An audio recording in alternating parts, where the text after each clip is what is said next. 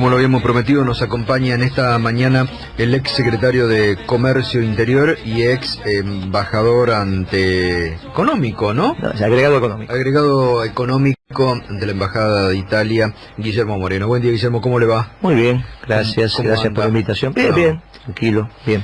Conformando una nueva agrupación dentro del peronismo, ¿no?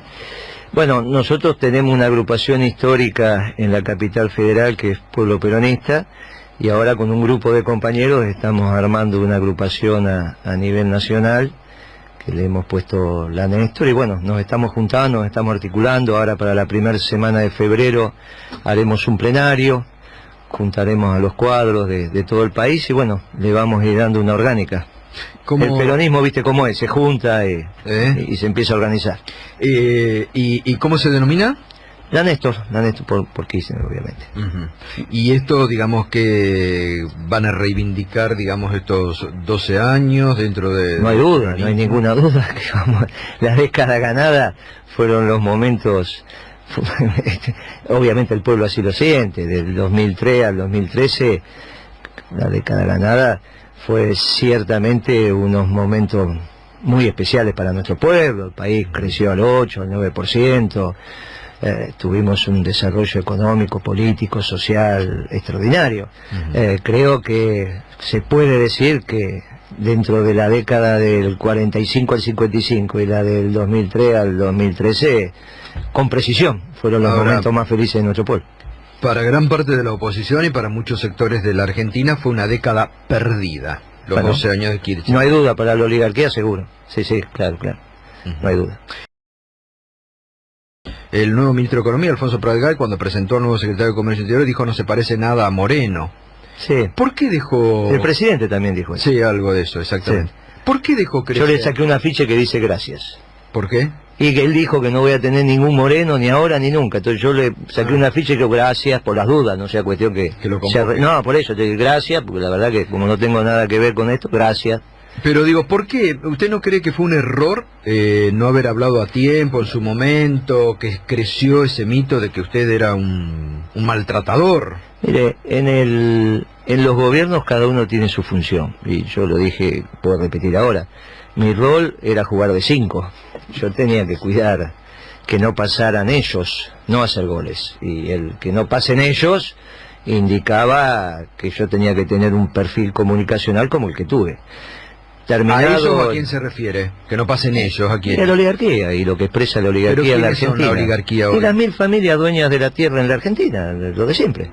No es que ha cambiado esto. Lo que pasa que, bueno, ahora las personas físicas están escondidas detrás de personas jurídicas, pero cuando uno corre el velo de la persona jurídica, aparece la persona física. Y cuando aparece la persona física, siguen apareciendo las 1000 familias. Que es la dueña del 50% de la tierra donde se producen los alimentos que vos comés. Claro. Entonces, cuanto mejor le va el modelo nacional y popular, más se valoriza. Mira, cuando nosotros llegamos al gobierno, una hectárea en la zona núcleo costaba entre 3.000 a 5.000 dólares. Y cuando nos fuimos del gobierno, es entre 13.000 y 15.000 dólares. Sí, obvio. Bueno, muy bien. Bueno, es obvio. Es obvio y me implica a mí que me aumentan los alimentos. Porque si el 50% de los alimentos se hace sobre tierra alquilada, no es lo mismo alquilar una hectárea de 3.000 dólares que una hectárea de 15.000. Y el productor, ¿a dónde vuelca ese mayor costo por alquiler? Al precio de los alimentos. Bueno, este es el conflicto que tenemos histórico con la oligarquía. El mismo conflicto que definió Evita en la década del 40. Martín Lustó, cuando fue ministro de Economía y puso la 125, siempre decía, con Alberto Fernández, que en realidad ese proyecto había sido porque usted tenía uno mucho peor. No, pero eso son tonterías de ese chiquito. En algún momento, con ese chiquito tenemos que debatir seriamente lo que pasó con la 125. Él, en la reunión de gabinete económico, dijo que tenía acordado todo. Y convenció al Poder Ejecutivo diciendo lo tengo consensuado. Mirá cómo lo tenía consensuado. ¿Fue un error? ¿Cómo? Fue un mamarracho, no un error esa resolución de Lustó. No es que fue un error, fue un mamarracho. Incluso técnicamente estaba mal hecha, estaba mal formulada. Ahora, ¿y cómo se le pasó? ¿A Lustó? Al gobierno. No, al gobierno no, si eso... No, pero ustedes... No, bueno, ustedes acaban de decir los dos personajes nefastos de esa época. Alberto Fernández y Lustó. Lustó, bueno, que técnicamente hizo algo... El gabinete de Néstor Moreno. Todo lo que quiera, pero no significa que no fue un personaje nefasto. Si ustedes lo conocen. Ustedes lo conocen. Bueno, Alberto fue el hombre de mayor confianza de Néstor y de Cristina durante mucho tiempo. Hasta que dejó de serlo. Cuando lo conocieron, dejó de serlo.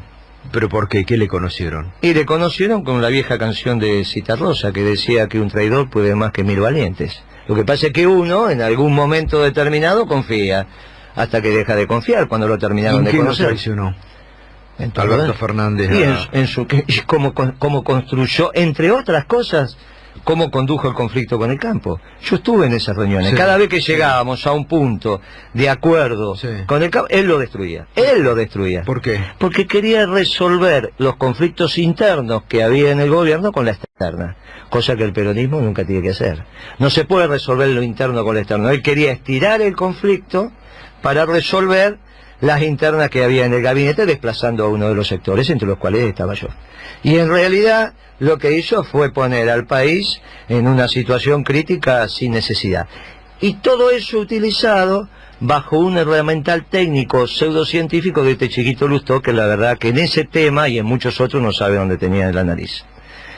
Fue un error, ¿no? Bueno, la propia presidenta sin duda, pero sin duda, ¿cómo no va a ser un error? Un error incluso hasta de la formulación. Primero el herramental técnico, pero después pensar que la Federación Agraria va a estar en el mismo espacio que está la sociedad rural, es pensar que el que alquila un local y el propietario del local van a estar en una asamblea del mismo lado. Esto es ridículo. Bueno, yo estoy escribiendo un libro ahora y cuento la anécdota porque la última nota que dio Néstor Kirchner nos la dio a nosotros, y me acuerdo que después que terminó la nota me quedé conversando yo mucho tiempo en el despacho con el expresidente, y ya lo habían designado a Lustó, todavía no había asumido el nuevo gobierno, pero ya estaba designado. Yo le pregunté, le digo, ¿qué te parece, le digo, la designación de Lustó? Y él, esos gestos típicos que tenía Kirchner, se levantó la mano y dijo, eso es una cuestión de Cristina y Alberto. Ese pendejo Concheto no tiene nada que ver conmigo. Qué linda definición. Nunca me la dijo. Bueno, yo la cuento. Me estoy enterando ahora. Yo la cuento en el libro. Lo de pendejo Concheto me parece extraordinario. Yo la cuento en el libro. Lo de pendejo Concheto me parece extraordinario. El problema no es que fuera pendejo, sino que era Concheto. ¿Cómo se le pasó? Mirá, nosotros Kirchner me llama cuando está terminando su mandato y me dice, mire Moreno, está subiendo mucho el barril de petróleo, le tenemos que poner unas retenciones porque si no se nos dispara el precio del combustible en el mercado interno. Es obvia la relación, no hace falta que le explique, todo el mundo lo entiende. Sí, sí.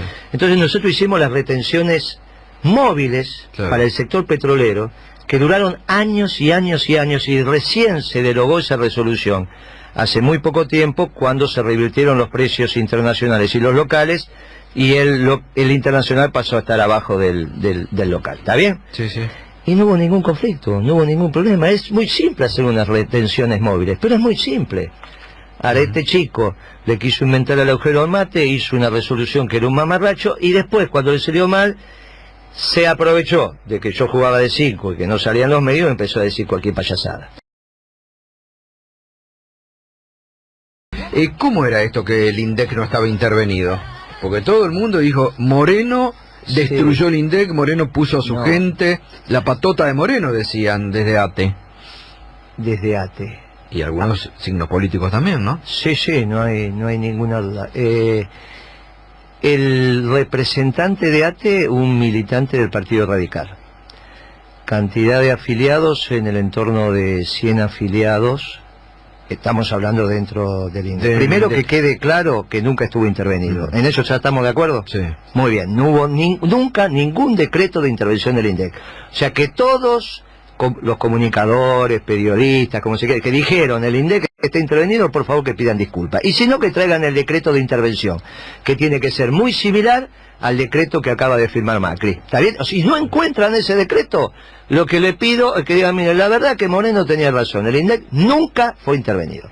Segundo, el secretario general de ATE del INDEC, un militante radical, tiene mi valoración, pero entendamos que había una disputa política. El otro sindicato ampliamente mayoritario, 10 veces más de afiliados de lo que tiene antes. O sea que la representación sindical, pongámosla cuantitativamente en orden, porque no es lo mismo tener 1.200 afiliados sobre 1.400 empleados que tener 100. ¿Estamos bien? O sea que cuando es cierto, como decía aquel gran formador de periodistas, los representantes de los trabajadores. Bueno, pero no es lo mismo representar a 100 que representar a 1.200. ¿Está bien? En términos de patota, la única denuncia policial por violencia es que casi tiran a Beatriz Paglieri de la escalera, del INDEC. Por eso el presidente Kirchner le puso custodia. Y es la única denuncia que hay policial. Después son habladurías que te dije que no me dije. De la misma manera que hablan de la matemática bebacua, entonces uno se empieza que es un profesional que se dedica a investigar la matemática teórica, la teoría de las cuerdas, etcétera, etcétera, y resulta que es, con todo respeto, una profesora de matemáticas. No es lo mismo una disciplina universitaria como licenciada, doctora en matemáticas, que una disciplina terciaria, profesora de matemáticas. Y en esto me parece que es muy importante entender las cosas que se fueron hallando a medida que se empezó a tener el conocimiento de los elementos que ordenan el Estado.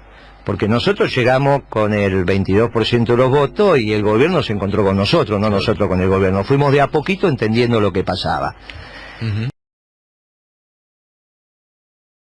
En el caso del INDEC, diciembre del 2006, se me apersona un empresario del sector turístico, que no voy a decir el nombre porque si él quiere que diga el nombre, y me dice: mire, Moreno, la verdad que usted sigue insistiendo con la inflación del sector, en el sector turístico, y habíamos tenido reuniones, Kirchner había tenido reuniones, etcétera, etcétera, etcétera, y usted no lo va a solucionar.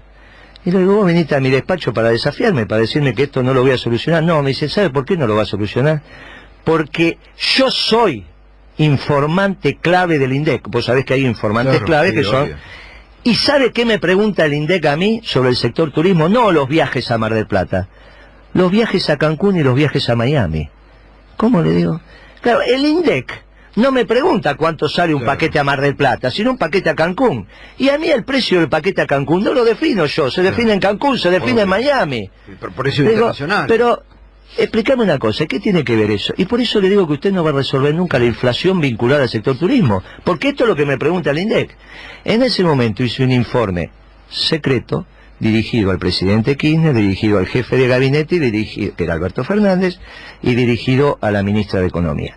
Presidente Kirchner me dijo: por favor, lo tiene que caratular de secreto porque esto no puede salir a la opinión pública. Efectivamente hice el mismo informe con 3 copias, 2 copias más, el original a Kirchner y las otras 2 copias. A la tarde me llama y me dice: vaya a ver al jefe de gabinete. Cuando le informo lo que estaba pasando al jefe de gabinete, la decisión que toma el presidente Kirchner es: mire, me parece que acá tenemos que empezar a averiguar un poquito más lo que pasa. A ver, tratemos de designar un técnico. Sugirió una persona, Alberto Fernández, sugerí otra yo, y en esa sugerencia se decidió poner a la que era asesora de la ministra de Economía. La ministra de Economía, Felisa Micheli, tenía una asesora que era Beatriz Paglieri, que fue al INDEC, una persona, simplemente a ver si esto que estaba diciendo el empresario era verdad. Si lo que estaba diciendo el empresario era verdad, tratar, con lo que corresponde al secreto estadístico y demás, ver cómo se estaban haciendo los relevamientos. Bueno, las cosas que aparecieron es muy similar a una película que yo vi cuando era bastante más jovencito, ahora ya soy abuelo, que se llamaba Vicios Privados, Virtudes Públicas. Vos no te olvides que en la 1050 hubo familias que fueron desintegradas, porque esa resolución 1050 de Martínez de Hoz, que indexaba las cuotas de la vivienda por la inflación, había jefes de familia que se suicidaron. Entonces no fue fácil cuando uno encontró los mamarrachos que se encontraron metodológicos en el INDEC. Lo que pasa, y acá viene la otra situación, porque vos en ese caso trabajabas todavía con Bonelli, el principal tenedor de bonos que ajustaban por SER, que el SER no es otra cosa que la inflación, pero utilizada por el Banco Central para ajustar la deuda externa, el externo no externa, la deuda pública argentina, en realidad era el Grupo Clarín, porque había un accionista que tenía el 40% de Clarín, que administraba Goldman Sachs, que era el principal tenedor de esos bonos. Entonces ahí se entendió por qué Clarín se ancó de una manera extraordinaria en el tema del INDEC. Y no solo Clarín, sino otros medios también, que casualmente tenemos que discutir si en ese momento quién era el propietario. ¿O quién era el propietario de algunos diarios progresistas en esa época? A mí al menos vino el señor Rendo a decirme que eran ellos los dueños. A mí me lo vino a decir, Rendo. Bueno, Jorge Lanata lo decía. Ah, muy bien. Entonces, casualmente, por izquierda y por derecha, nos empezaron a decir que el INDEC estaba intervenido, pero cuando decían, nunca estuvo intervenido. Bueno, decían que había sido una picardía, lo que usted cuenta, decían que había sido una picardía de Néstor Kirchner para pagar de menos. De ninguna manera. No, señor, no fue una picardía. Nosotros lo que hicimos fue decir la verdad. Ellos mentían como mentieron en la 1050.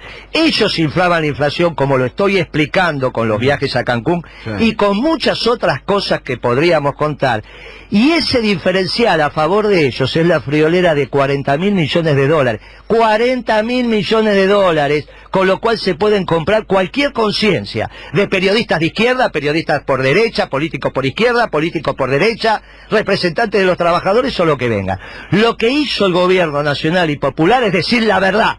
Clarín quería que se mintiera para llevarse 40.000 millones de dólares más junto con los banqueros aliados que tenía. Y esto es muy fácil de saber. Ahora, el nuevo interventor del INDEC, flamante, no Jorge es interventor, Todesca, bueno, no, pero es que digamos las cosas. Director también, muy bien, el director del INDEC, puede Jorge ser cualquier Todesca, cosa, pero no es interventor. Bueno, el director del INDEC, Jorge Todesca, dijo que había encontrado tierra arrasada, ¿no?, en el INDEC, y que no podían incluso ni medir la inflación y que por eso estaba... A mí me extraña, ¿no? Bueno, ni la inflación ni el a ver, por favor, Daniel. Ni la inflación, ni el comercio exterior, ni todos los índices. Claro. Los discontinuaron, o los suspendieron por lo menos su publicación. Muy bien, yo le escuché decir que no podía calcularlos porque la gente se había quedado y no podía calcularlos porque la gente se había ido. Eso es lo que escuché. Eso le dice, mire, no puedo calcularlo porque en realidad la gente se fue. La gente del IPC se fue. Pero y no puedo calcular esto porque la gente se quedó y no colaboró. Bueno, pónganse de acuerdo. O se fueron o se quedaron. Ahora, el señor Todesca calculaba la inflación con 2 o 3 asistentes que tenía en su consultora. Y ahora con 90 dice que no puede. El señor Melconian decía, denme... En vez de decir, denme un punto de apoyo y moveré al mundo, dijo, denme la tasa de emisión monetaria y les diré la inflación. Ahora que no tiene la tasa de emisión monetaria, que se la pida a su amigo procesado Sturzenegger, presidente del Banco Central, que le diga cuánto emitió y él dice la tasa de inflación. Con respecto al comercio, es muy simple, se lo piden a la aduana. Si aquel que origina los datos del comercio es la aduana. ¿Desde cuándo? El INDEC lo que hace es sintetizar los datos que generan otras reparticiones. Ahora, vamos a un tema central. ¿Vos sabés quién es el primer funcionario? Te voy a mirar a vos, que sos el experto económico. ¿Quién es el primer funcionario que se entera en la Argentina que el país está quedando sin dólares? El titular de aduana. ¿Por qué? ¿Y porque es el que ve el comercio exterior? ¿Y que solamente los dólares dependen del comercio exterior? No. Bueno, entonces otra alternativa. La primera hundida, la segunda. La segunda. El primero que se entera... Banco que Central, el país se está quedando sin dólares. ¿El presidente del Banco Central? No sé. ¿Por qué? Y no es la autoridad financiera del financiero, pero no sabe el comercio. ¿Y quién es entonces? Y el director del INDEC. Porque es el único que sintetiza todas las estadísticas del país, las procesa con un equipo técnico de altísimo nivel, y entonces está en condiciones de informarle al presidente el devenir del país. ¿Vos sabés dónde estaba el INDEC cuando se conformó el INDEC como centro, no el INDEC con su actual nombre, sino la Dirección de Estadísticas de la Argentina, ¿dónde se supone que una Dirección de Estadísticas de un país, de qué ministerio debe depender? Economía. Muy bien, ¿sabe de dónde dependía? Y eso tiene su lógica, del Ministerio de Defensa. Porque la información de un país es clave para que las potencias extranjeras tengan la información de lo que le está pasando al país. Entonces es lógico que esté en el Ministerio de Defensa. Con los usos y costumbres esto fue cambiando, ¿está bien? Las hipótesis de conflicto fueron cambiando, los conflictos armados fueron cambiando, etcétera, etcétera, al menos en la región. Y entonces en algún momento las estadísticas, y yo estoy de acuerdo con eso, pasan a ser públicas. Pero resulta que el director del INDEC es una pieza clave porque es el primero que se entera de los pros y de los contras de lo que está pasando en la actividad económica del país. En la década del 40, 50, el brazo derecho del presidente iba de secretario de Comunicaciones. ¿Por qué iba de secretario de Comunicaciones? Y porque era el que manejaba el correo. Y entonces era el primero que se enteraba si había una sonada, alguna unidad militar que se levantaba. Y entonces, si le informaba al presidente, rápidamente el presidente podía tomar decisiones. Si el secretario de Comunicaciones no informaba y pasaban 12 horas, por ahí ya era tarde. Bueno, con el director del INDEC pasa exactamente lo mismo, por eso es un lugar tan clave, por eso es un lugar tan importante, por eso cuando Kirchner decide lo que decide, se arma lo que se arma, porque en realidad todos sabemos cuando hay robos a mano armada se salen los diarios. Ahora, cuando hay robos de guante blanco no salen en ningún lado, y nos querían robar 40.000 millones de dólares a los argentinos, a vos, a mí, a todo el mundo. ¿Y quién se los llevaba? 4 vivos. Ahora, con 40.000 millones de dólares compraron todas las conciencias de periodistas por derecha y por izquierda. Un mundo en guerra necesita otros instrumentos de política económica distintos a un mundo que no está en guerra y que tenía otro set de precios relativos como era el del 2003. Entonces, de alguna manera el peronismo tiene que aprovechar este paréntesis de esta administración de la oligarquía y sus socios para encontrar la conformación de la nueva década ganada, que es la que le vamos a brindar en la próxima campaña electoral. En el medio tenemos que ganar la interna del peronismo, porque si no ganamos la interna del peronismo y la ganan los muchachos que son la rueda de auxilio de este gobierno, por ejemplo el que dijo nos tenemos que acostumbrar a la alternancia. La alternancia, claro, dentro del mismo modelo de exclusión, que es lo que está planteando Macri, que el peronismo sirva como la bolsa de trabajo que a veces ¿Tenemos que ganar quién? ¿Quiénes son? Cuando usted dice le tenemos que ganar. Los nacionales y populares. El peronismo que no puede expresar a la oligarquía y la injusticia en este país. Este país, el peronismo vino, y como lo dijo Borges, y tiene que seguir siendo el hecho maldito, tiene que ser el mosquito que le pica a la oligarquía.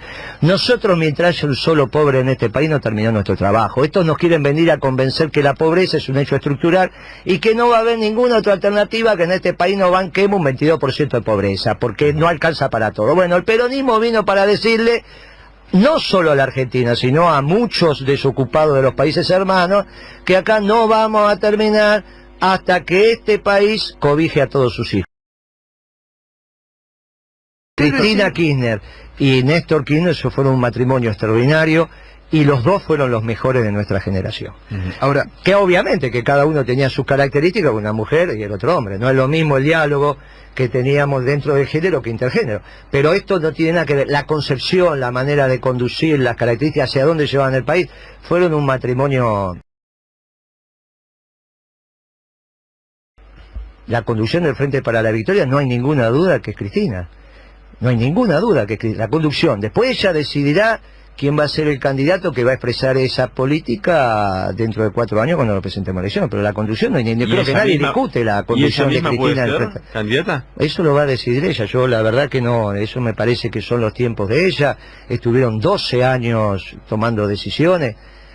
Tiene que procesar muchísimas cosas que me han pasado, incluso no hace falta que ahondemos en los detalles, pero que nadie pone en discusión la conducción de Cristina. Bueno, alguno que otro pondrá, pero sí está claro que hay compañeros dentro del peronismo que están diciendo que quieren sacar al peronismo del Frente para la Victoria. Ahí es donde yo dije, con el peronismo solo no alcanza, pero sin el peronismo no existe. Por eso es tan importante que el peronismo se quede dentro del Frente para la Victoria. Y para eso hay que ganar la interna, porque esto se define, nos guste o no nos guste, no en una discusión ideológica, se define en el Congreso Nacional. Obvio. El Congreso Nacional del Partido Justicialista, cuando el presidente del Congreso dice, pongo a consideración de los congresales que Frente Electoral vamos a integrar, levanten las manos. Uno va a hacer una moción que dice Frente para la Victoria, levanten las manos. Y si las manos no son mayoría, cuando se cuentan, no va a estar el peronismo en el Frente para la Victoria. Y yo quiero que esté. Por eso le estoy diciendo a los compañeros a afiliarse. Porque la elección de las autoridades partidarias la definen los afiliados del peronismo. Y esto es lo que tenemos que hacer. Vencen los mandatos en mayo, por ahí se prorrogan, no se prorrogan, bueno, no lo sabemos. Pero en el primer semestre, antes de julio, agosto, va a estar la elección.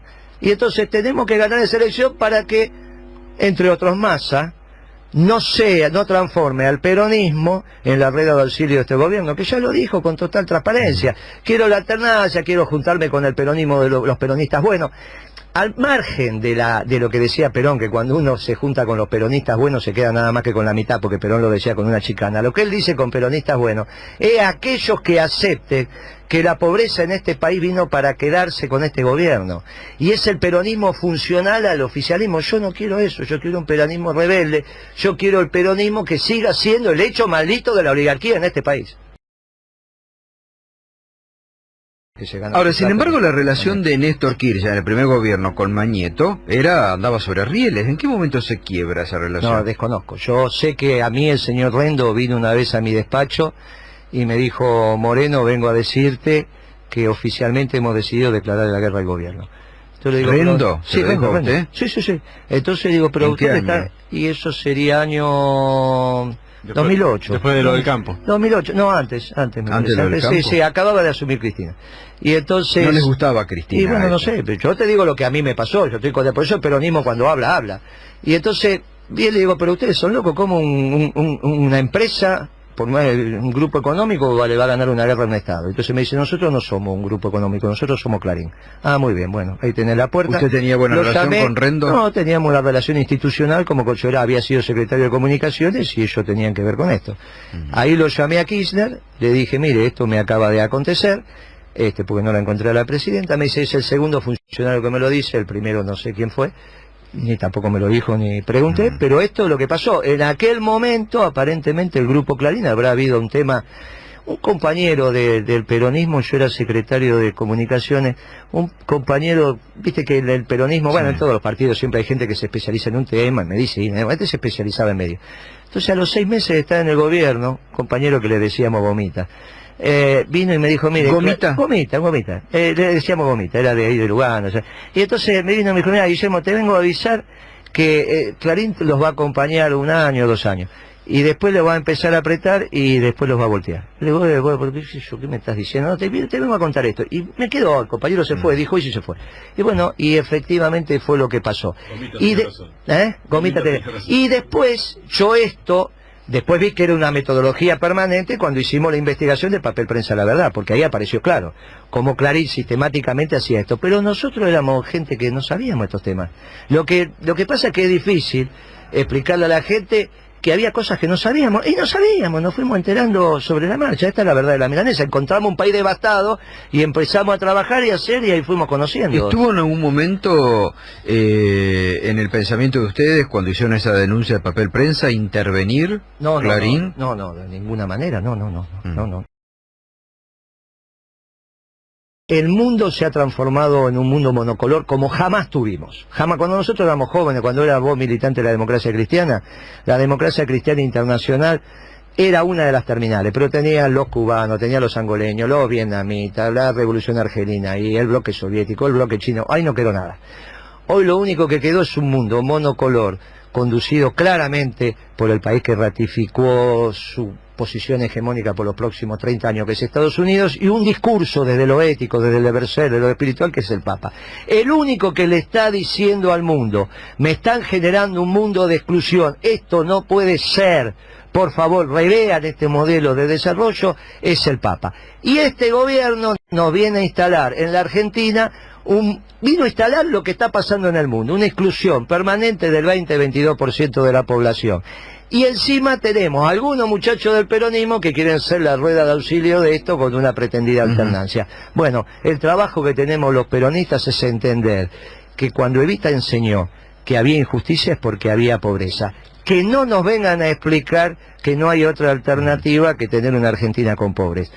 Para eso es que estamos trabajando con toda la pasión y el patriotismo que vamos a trabajar, para que el peronismo le siga explicando a la sociedad que hasta que no se termine el último pobre, el trabajo de este peronismo sigue inconcluso. Guillermo, bueno, muchas gracias, ¿eh? Gracias, muchachos. No, Nos vemos muchas gracias. Mañana lo espero a las 21 en Minuto 1.